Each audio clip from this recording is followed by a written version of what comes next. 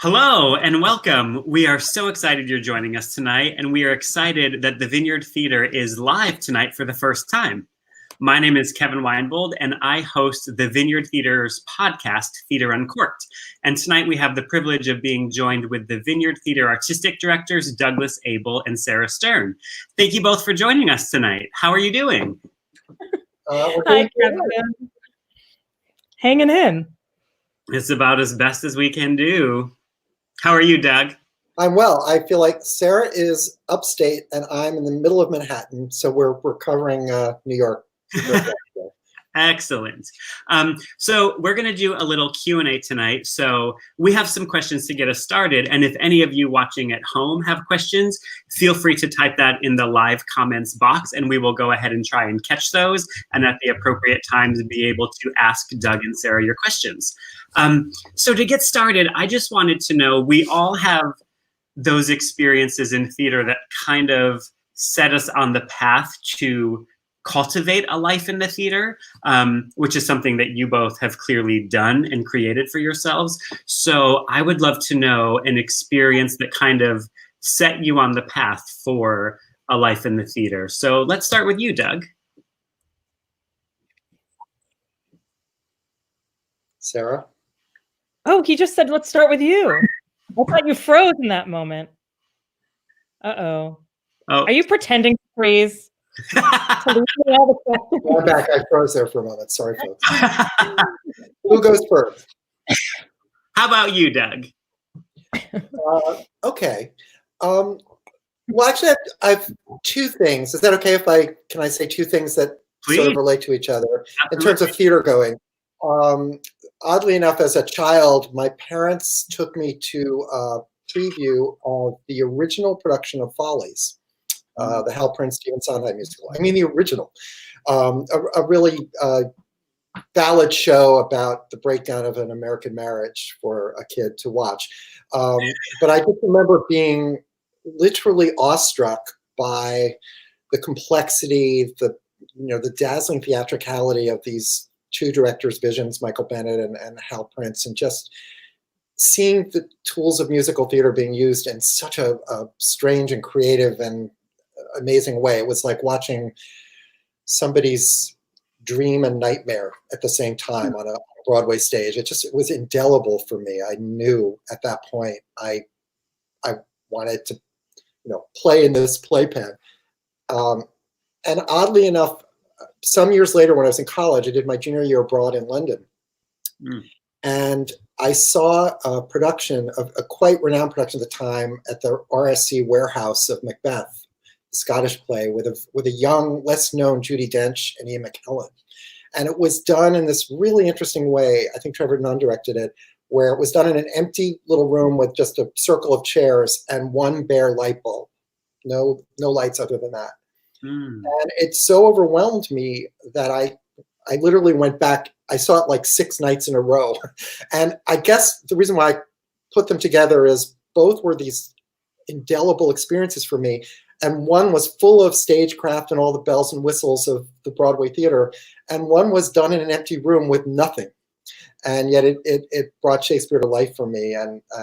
So I would say those two together somehow set me on a weird path to do whatever it is that I do.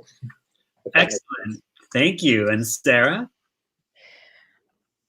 I think I probably happened very young and very early. And the anecdote that comes to mind, which I probably should have fact checked with my mother before telling it here. But when I was young, maybe 4 or something, we went to go see a production of Annie in Chicago, where I grew up. And I hadn't felt very well before the show, but I was so desperate to see it. I was so excited. And my mother kept asking me if I was okay because I was squirming around, kind of uncomfortable, not feeling well. And I kept insisting that I was fine and I had to watch the show. And at some point in the middle of the show, I said, yeah, I'm actually not feeling that well. I'm not fine. And we went out into the lobby.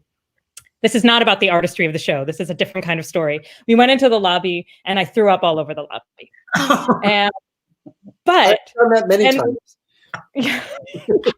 when it is related to the artistry of the show, but this one wasn't. It was just related to being a young child who had food poisoning or something like that. Anyway, the ushers or the stage management team, they somehow, the way that they solved this was by bringing me backstage to rest backstage during the rest of the show. And so I watched the rest of Annie from this kind of room off backstage and from the wings. And each of the actors would come off and they would say hi to me. And they were like, who's this girl who's back here? And the whole experience of watching a show from the wings and realizing that the people on stage were not actually the characters, were people. It was so kind of mind spinning and so enthralling. And, I think I'd already had some kind of innate interest in theater. My parents were bringing me to shows from when I was really young. I was very lucky about that. But something about that just ignited something in me. It was just like touching a live wire, and I never looked back, really. Nice. Now, before we fast forward, because everybody watching knows the two of you as the artistic directors of the Vineyard, which I would love to talk about in a moment, how that came to be and how you make decisions together. But I'd love to kind of just get a little bit of the timeline for where each of you individually stopped along the way, because we all have creative paths and we dabble in one area and another before we ultimately settle to where we are today. So I would love to know, like, from that moment in Annie, what it looked like to bring you to today. Where did you stop along the way on this creative journey? It was a straight line from Annie to artistic director of Vineyard. Am I fielding this question first? Please. Oh my gosh. So this is kind of career-wise, you mean? I was interested in theater my whole life. I did theater growing up as an actor. I started writing. I went to a high school with a wonderful arts program where I actually got to produce and direct while I was still in high school. In college, I was able to study theater, but I also studied history and a lot of other things too. So even in college, I wondered if I would, go pursue theater as a profession, or whether history or some other, academic pursuit would be the thing. Like Doug, I went abroad to London in my junior year, and that was a very kind of life-changing experience in terms of the kind of work that I was exposed to. When I left college, I was doing a mix of a bunch of things, kind of directing things in smaller venues,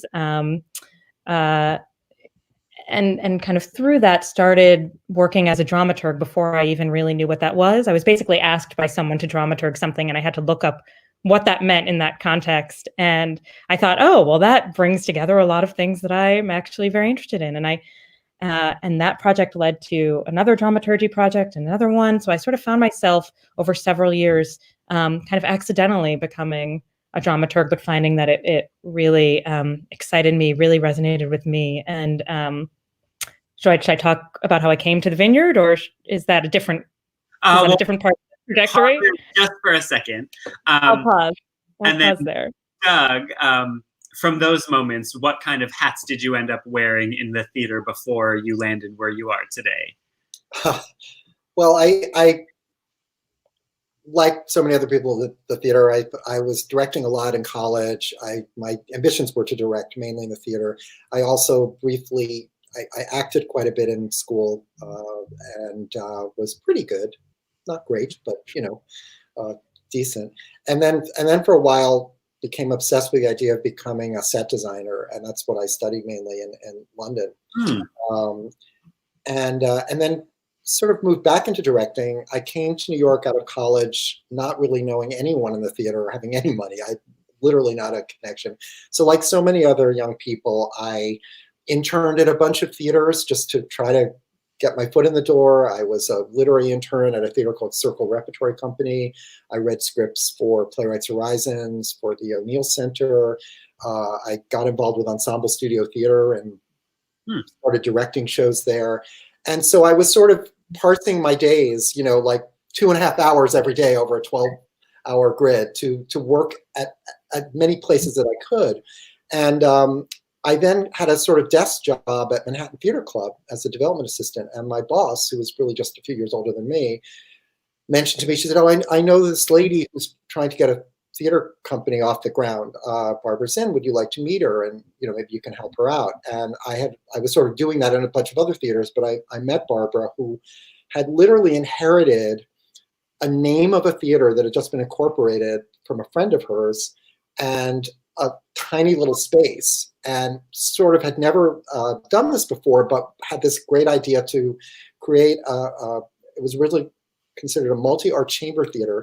And the idea was that the Vineyard, located in an unusual part of New York in the East 20s, would be a sort of mini 92nd Street Y with all kinds of programs, theater, jazz, dance, exercise classes, early music. And I started a theater program for her. There was no theater program. And the theater stuff really started to kick in. And she then decided to create an artistic director for each one of the programs at the Vineyard. And she asked me to be artistic director for theater. So I became an artistic director at the ripe old age of 24, which is kind of crazy.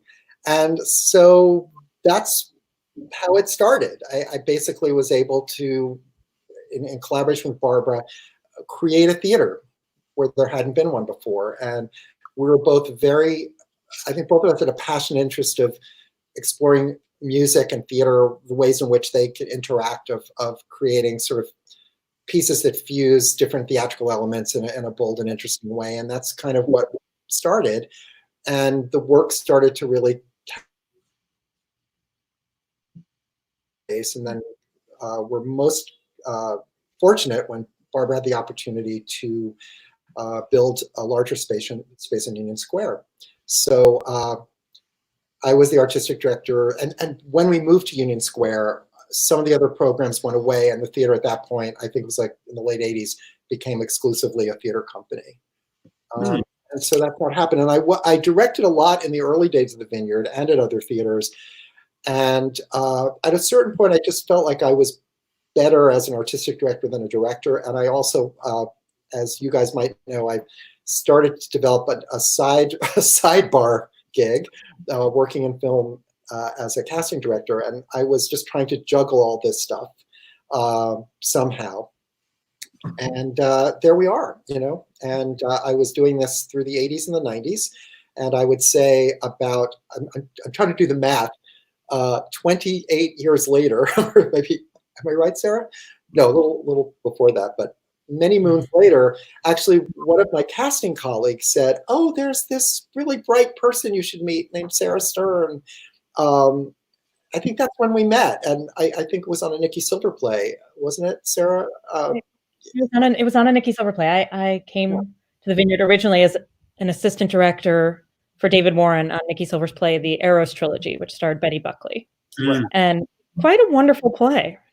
It was quite an adventure. And I had already known the Vineyard, and I was kind of obsessed with the Vineyard. And I thought, oh, that's a theater company where I want to work. I feel badly that I didn't shout out my internships, which, at the Kennedy Center and in Chicago and the Roundabout. So I'd had this wonderful, actually, internship in casting at the Roundabout. So I'd been getting to see the Vineyard's work for a while, and it was kind of more than any theater in town really having an impact on me. And I thought, I've got to figure out how to work there. And so when David Warren, who I'd been working with on some other things, came there to do a show, I said, I've got to go with you.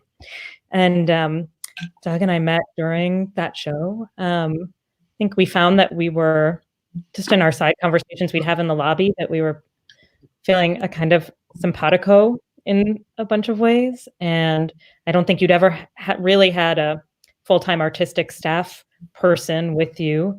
And I think the Vineyard got a grant to do that. And somehow I was in the right place at the right time, I guess. And the Vineyard always has been, it started, how can I put it?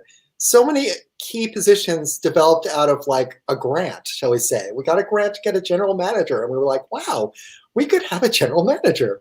And Sarah's absolutely right. I was functioning as my own dramaturg with intern help, and I felt a connection with Sarah right off. And so I think you then became an associate artistic director. I don't remember the progression. I was an associate artistic director for a bunch of years, and then I think it was like in 2011. I said, you know what, let's do this together. I've been doing it for 30 years, God help me, and I really value you. We seem to have just we're in sync with each other, and I thought it would be great. By the way, I believe that a very dear friend of the Vineyard, one of our most produced playwright, who is living in London very fancily these days, Nikki Silver, is watching. So we just want to shout out to him and say hi. Hi, Nikki. I'm so glad I said nice things about the Eros trilogy. I meant them all. Now I'm even more glad. I didn't even know you were watching, Nikki. We miss you. I'm afraid I'm going to get the number wrong. I think, Nikki, we may have produced 9 plays of his, maybe more. I don't know. I think it's more if you count the labs.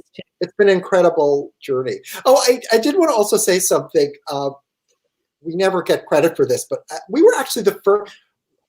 About 10 years into the life of the Vineyard, I just got so tired of always having to open plays to the press, even if they weren't quite ready. And so we were one of the first theaters to start producing work that we didn't open to the press, that we did in a more modest way, and we called them labs. And I guess it was just a good idea because a year or two later, everyone else was doing labs. But we were really, I think, launched that notion, and it's been a very important part of our creative life. And just to give a sense of the timeline too, you talked, maybe it was it's 28, more than 28 years that you've been involved with the Vineyard, but when the Eros trilogy was 22 years. 38. Yeah, 38. 40. The Eros trilogy was 22 years ago. This is how long I've been, in this role at the Vineyard. The Vineyard was born during the early years of the Ronald Reagan administration. That's pretty scary. When all the arts funding was pulled from a lot of the developmental theaters. So we learned how to be plucky and strong and defiant from day one, I think. So do either of you have, and I know this is incredibly hard to answer because there's so many stories, but a standout moment from your history at the Vineyard, whether it was a favorite production to be a part of or just a favorite moment that you'd like to share with people, just going back anywhere within your history of the organization. What really stands out to you? Sarah? Oh God, that is so hard. I mean, there are so many. I feel like every single show that we do ends up being my favorite show, and I don't want to work on anything else until it's time to work on the next one. And then I fall in love with that show and I never want to work on anything else.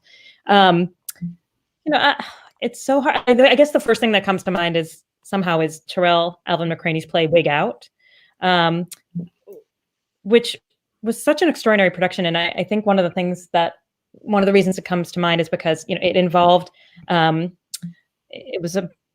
it involved a drag pageant, essentially. The whole second act was basically 2 drag houses having a competition. And so that part of the script is very thin. There's not a lot of dialogue in it. It's not that many pages. It's really a blueprint for an event that you have to stage. And Tina Landau, who staged it, is so extraordinary and worked with the cast to really create this ball, this drag competition. And it's never something from reading the script that you'll be able to imagine. You just had to be there in the room and experience it, which is, true for many of the shows that we do. Many of them are blueprints for events that, that can only really be experienced in real time. But that one was so special to me, and I just loved the performances in it so much that I always wish that I could just see it again. But I guess I also think, now it's coming to mind, we worked with the Civilians on a show called This Beautiful City, about fundamentalism, Christianity in Colorado Springs. And they had been in Colorado Springs interviewing people for this show around the time that Ted Haggard was kind of enmeshed in a scandal with his church. And the piece had already been interviewing people at that church and interviewing people on Ted's family about him. And he ended up coming to see the show at the Vineyard. And he hadn't known what was going to be in it.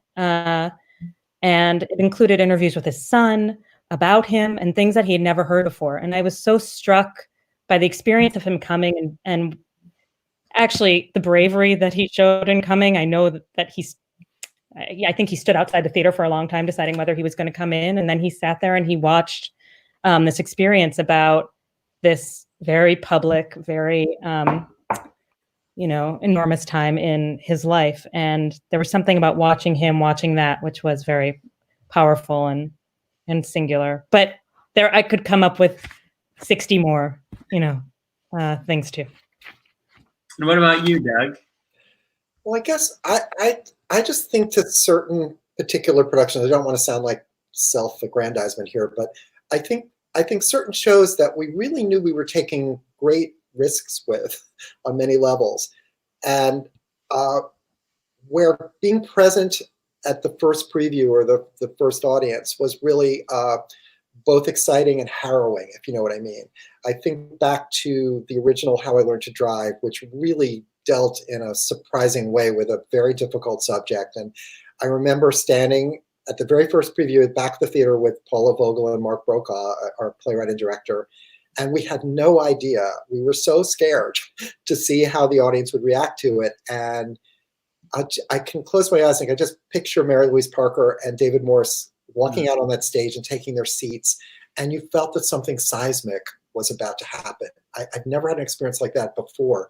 And until our drivers came along, this production was going to be back on Broadway like tonight, but hopefully will be next season. But I felt that way also. I felt that way with Nikki's play Pterodactyls, which dealt with AIDS in a really serio-comic way and was incredibly audacious. How were people going to experience it?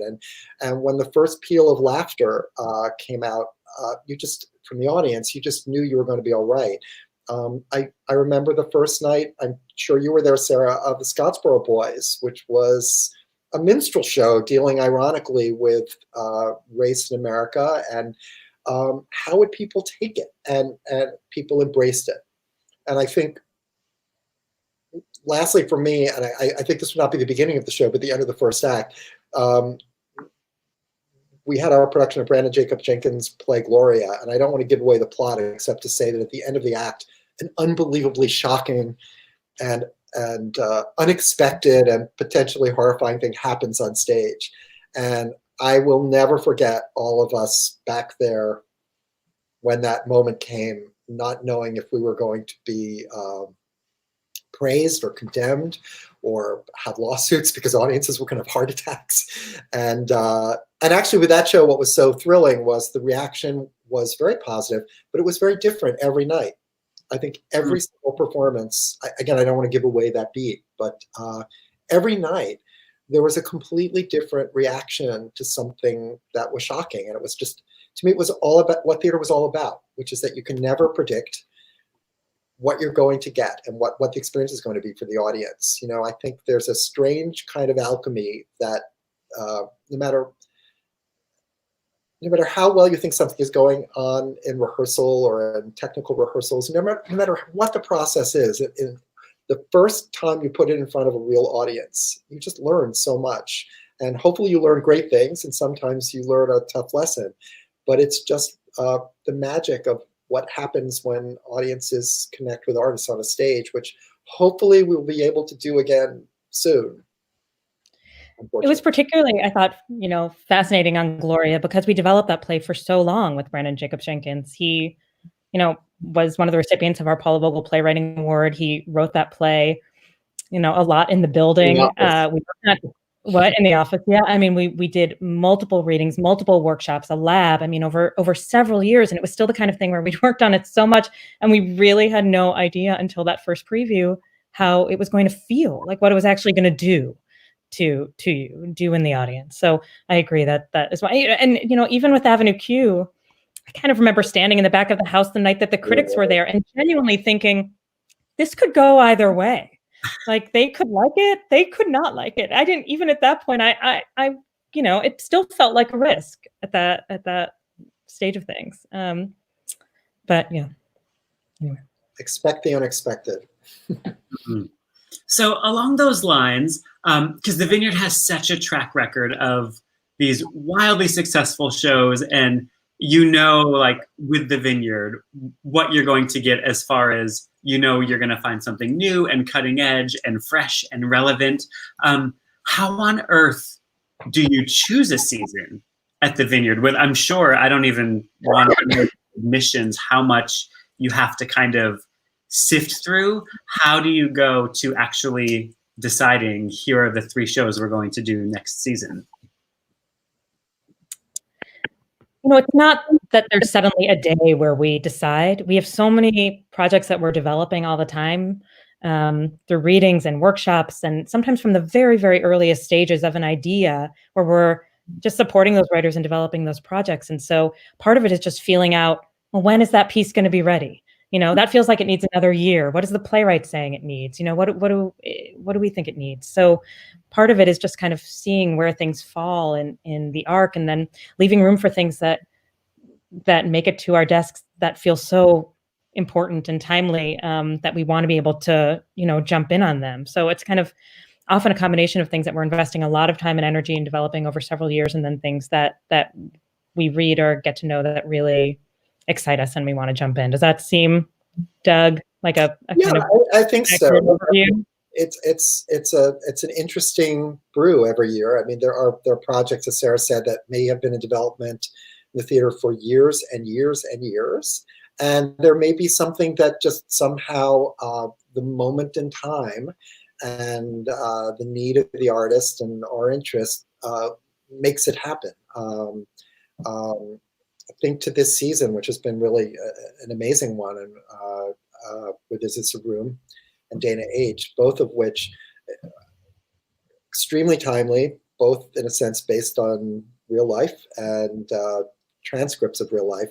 And I don't think we've had a season in the past where 2 shows like that, which they don't have anything common thematically, but they certainly are amazing works to see back to back, and deeply meaningful in terms of what's going on in the world today. That just happened beautifully for us. Some of that was conscious and some of it was unconscious. I think some of it, the unconscious part, is just what are the things as we're reading, dozens and dozens, and our staff is reading hundreds of scripts every year. What are the things that we just feel drawn to, that we feel personally, like we must work on and we must see, and the things that influence that are the things that are happening in the world and the things that we're going through and the things that we're responding to. So some of that is unconscious, and some of it is, once we knew that we were really looking at those 2 shows, we were certainly aware consciously of the ways that they're kind of in conversation with each other, both drawing their text from transcripts, albeit in very, very different ways. Now, not to bring this to a complete 180, but the obvious elephant in the room that I know people are curious about is the pandemic, of course, the unavoidable question.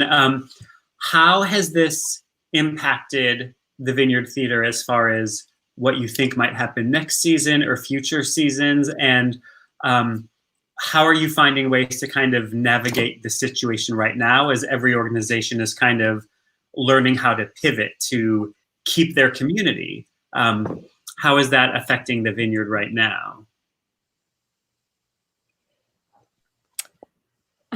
Starting with right now, it's enormous. It's an enormous shift to be a theater and not to be able to produce theater. On the most basic level, we, had to cancel our spring show. We had to cancel which is a world premiere play that we've been developing for a while, Antoinette Nwandu's Tuvalu, or The Saddest Song, that we've been working on with her.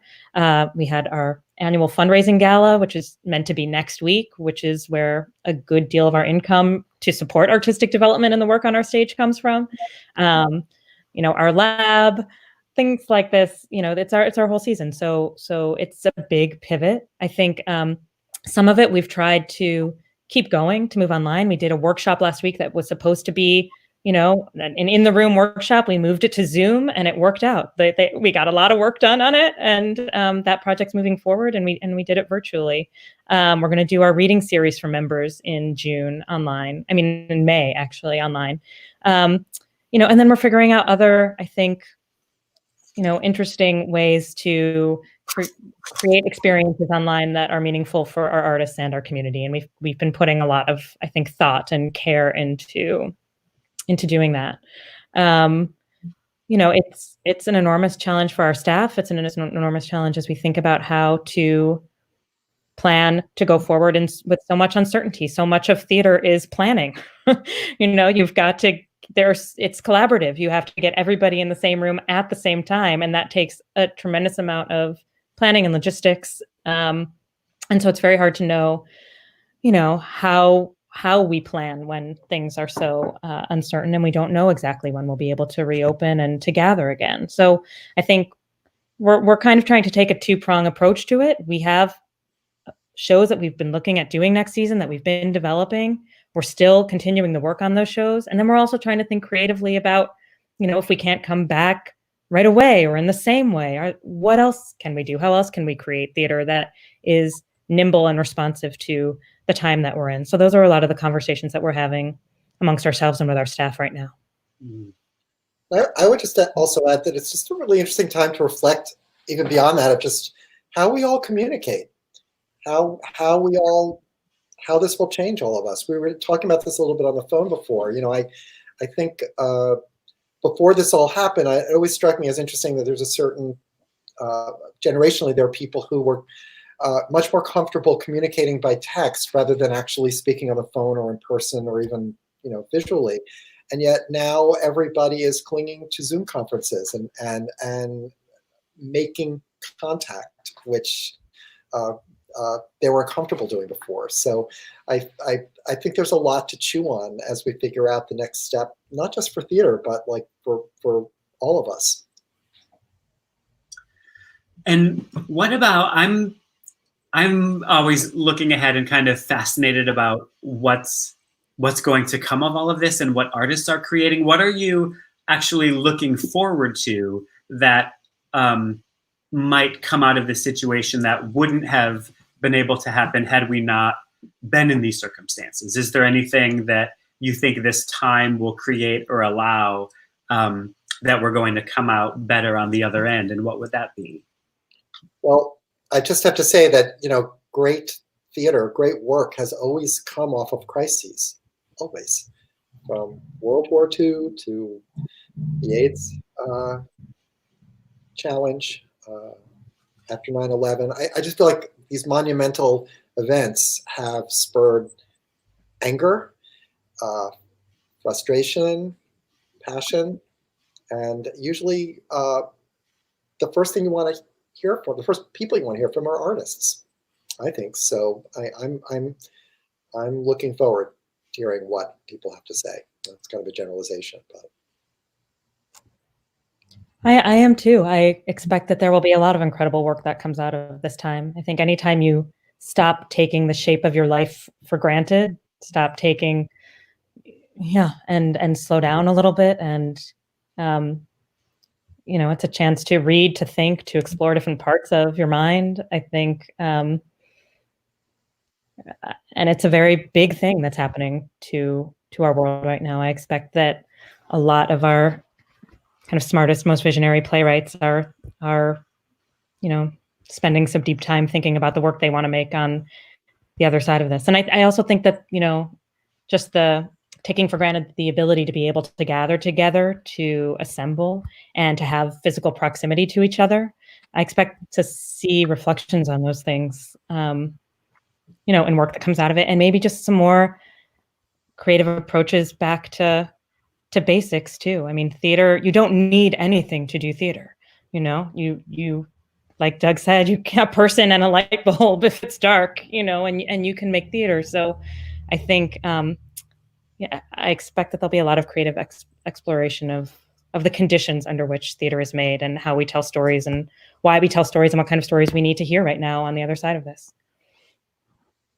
Isolation will lead to hopefully a lot of great things. I not to keep going back to pop culture, but I think it's so interesting that before this all happened, everyone was watching that Netflix show, Love is Blind, in which people were put in pods and not allowed to be present when they dated or whatever that was.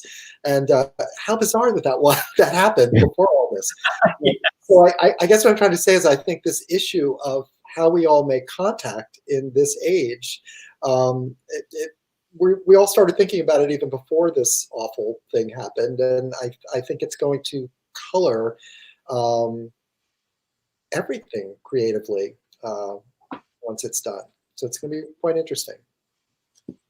Well, before we bring this to a close, is there anything that we should be keeping our eye on for the audience of the Vineyard? Things that we'll be doing in the next coming weeks, months, anything we should look out for as far as programs that the Vineyard will have during this time? There are. I don't know. Can we announce all that stuff? We haven't put out a press release yet, but I don't know. Can we? I think it's pretty fair to say that we're going to continue this. So we're live right now. We started at 5 o'clock. We're going to do this every Tuesday with different Vineyard artists. Hopefully sharing a lot of different experiences and very cool things. I think, and both artists who have worked at the Vineyard in the past and artists we're developing new work with now, kind of just taking us into special experiences and sharing their thoughts about their work and this time. So that we're going to announce, I think, that first slate of what those all are later this week. So definitely stay tuned for. I also want to add that a number of people, friends, relatives, not to toot our own horn, but would read, let's say, a lovely piece in the New York Times about us or hear about our Lortel nominations. And what the refrain I always hear is, how come I didn't know about what's going on there? And I'm like, well, sign our mailing list.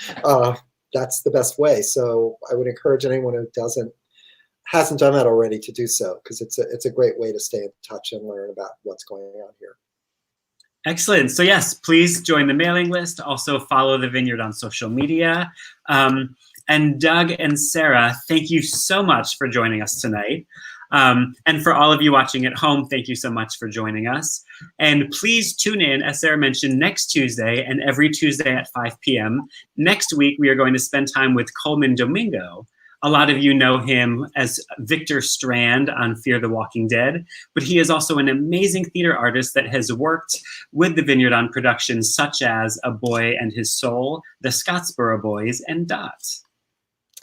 And in next week, he's going to take us kind of into his process with creating his solo show, A Boy and His Soul, which is about his, among other things, his relationship to soul music. And he's going to kind of take us behind the scenes of creating that and take us on a soul music journey. So it should be pretty cool.